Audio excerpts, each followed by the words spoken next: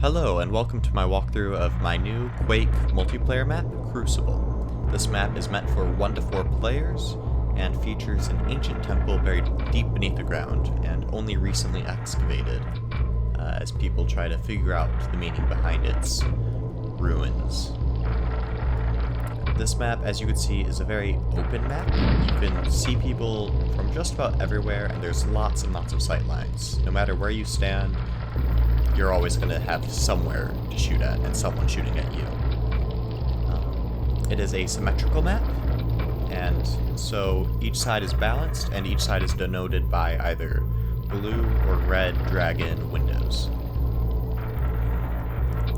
Combat in this map is meant to be very circular, as people run through, grabbing health packs, finding each other, shooting each other, and starting up chases.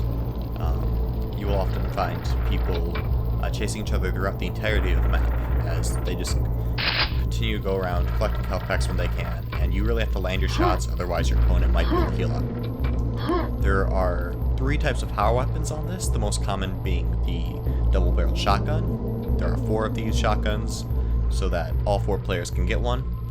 2 are placed on either end of the map, as well as 2 underwater in this little tunnel.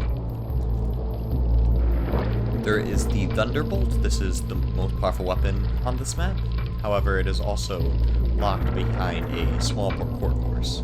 So you will have to be able to time your jumps and play very skillfully in order to get this weapon. And in doing so, you also find yourself extremely vulnerable as you are in the center of the map. Finally, there is the Super Nail Gun, which is at the center of the upper walkways.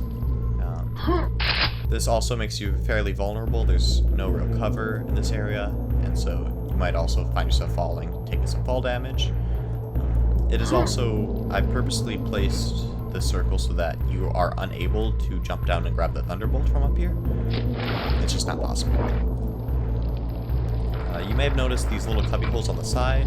These are meant to be quick restocks for ammo, as well as save points to respawn. So, while nowhere is completely safe, these should give players time to breathe, figure out where they are, find enemies, and then go out before immediately being shot at. There are a number of respawns. They're all in those cubby holes or out in this walkway, kind of away from the main area of combat, which will be at the center of either the upper or the lower floor. Lastly, there are some teleporters on either end of the map. They just lead you to the other end.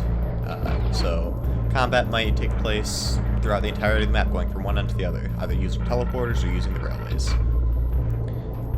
As you would see, architecturally speaking, I wanted to make sure that it made some semblance of sense. So despite there being lava out here, there's kind of metal covering these rail walkways, as well as trim going around the edges of the building, to kind of make sure all the textures are lined up and make sure they all kind of flow nicely together. You would see some architectural supports up there for the upper walkways, as well as all of them are supported by the stone pillars. And yes, that's my map. You can find it in the GitHub link below, so give it a try for yourself if you wish. Thank you for watching.